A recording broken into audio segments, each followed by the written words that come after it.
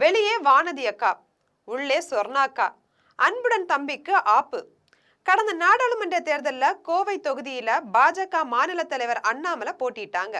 இது பற்றி ஜெம் தொலைக்காட்சி வழங்கும் சிறப்பு செய்தி தொகுப்பை இப்போது காணலாம்.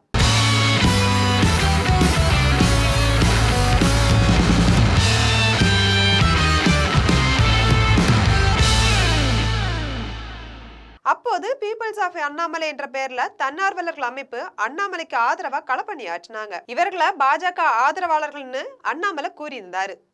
அண்ணாமலைக்கு ஆதரவா ஓட்டு சேகரிச்சாங்க. கோவையில அண்ணாமலைக்கு ஆதரவான 1 லட்சம் ஓட்டுகள் நீக்கப்பட்டுள்ளதா குற்றம் சாட்டினாங்க. அண்ணாமலைக்கு ஆதரவா இவர்கள் ஆர்ப்பாட்டத்திலும் ஈடுபட்டாங்க. கையில் ஓட்டு போட்ட மை இருக்கும் போதே எங்கள் ஓட்டை காணவில்லை, இந்த பதாகைகளோட அவங்க ஆர்ப்பாட்டம் நடத்தினது பிரபலமாச்சு. ஆனா அதே தேர்தல்ல அண்ணாமலை தோல்வியை கண்டாரு. திமுகவின் கணபதி ராஜ்குமார் 1.18 லட்சம் வாக்குகள் வித்தியாசத்துல அண்ணாமலையை தோற்கடிச்சிட்டாரு.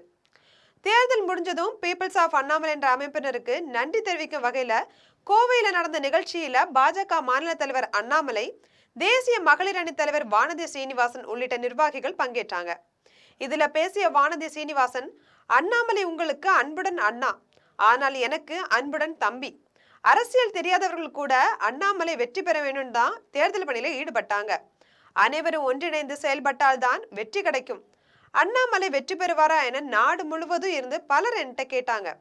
பொது வாழ்க்கையில தொடர்ச்சியா இயங்குவதும் மக்களுக்கு தொண்டு ஆற்றுவதும் தான் கடமைன்னு அவர் பேசியிருந்தாங்க. இந்நிகழ்ச்சியில் பேசிய அண்ணாமலை, ஜனநாயகம் மெதுவாகத்தான் நகரும், தவறானவர்கள் ஆட்சிக்கு வந்தாலும் 5 ஆண்டுகள் கழித்து ஜனநாயகம் அவர்களை மாற்றிவிடும்.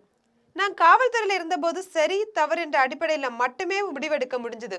அரசியல் கட்சி தலைவரான பிறகு கடந்த 3 ஆண்டுகளா கடினமா தான் இருந்தது. சராசரி மனிதர்களை போல எதற்கும் எதிர்வினை ஆற்ற முடியாத நிலையில இருக்கிறேன். சில சமயங்கள்ல அரசியல தொடர்ந்து இருக்க வேண்டுமா அப்படின்லாம் யோசிச்சிருக்கேன். அரசியலுக்கு வரணும்னா பொறுமை, சகிப்புத்தன்மை, சமரசம்லாம் இருக்கணும். கோவையில வெற்றி தள்ளி போயிருக்கு, தோல்வின்னு நினைக்க வேணாம் அப்படின்னு அவர் கூறியிருந்தாரு. இப்படி அண்ணாமலை வானதி சீனிவாசன் பொது வழியில அக்கா தம்பின்னு பேசிக்கிட்டாலும் உள்ளுக்குள்ள ஒருவர் வீழ்த்துறதுக்கே தருணம் பார்த்திருப்பதா கூறப்படுது.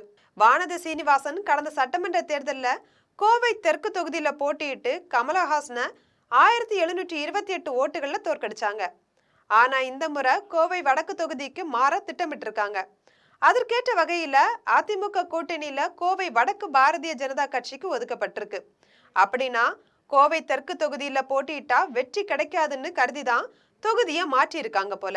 தொகுதி மக்களுக்கு எதுவும் செய்யல அப்படின்னு தானே அர்த்தம் அப்படின்னு அண்ணாமலையோட ஆதரவாளர்கள் வானதிய குறை சொல்லிட்டு இருக்காங்க. மேலும் வானதி சீனிவாசன் வெளியே பார்க்க தான் சாந்தமா இருப்பாங்க, ஆனா உள்ளடி வேலைகள் செய்யறதுல 10 ஆண்களுக்கு சமம்னு விவரம் அறிஞ்சவங்க சொல்றாங்க. அதனால உள்ளடி வேலை செஞ்சுதான் கோவை மாவட்டத்துல அண்ணாமலையை போட்டியிடாம செஞ்சதாகவும் அரசியல் வட்டாரத்துல கூறப்படுது. இது போன்ற அரசியல் செய்திகளை அன்றாடம் தெரிந்து கொள்ள ஜெம் தொலைக்காட்சியுடன் எப்போதும் இணைப்பில் இருங்கள்.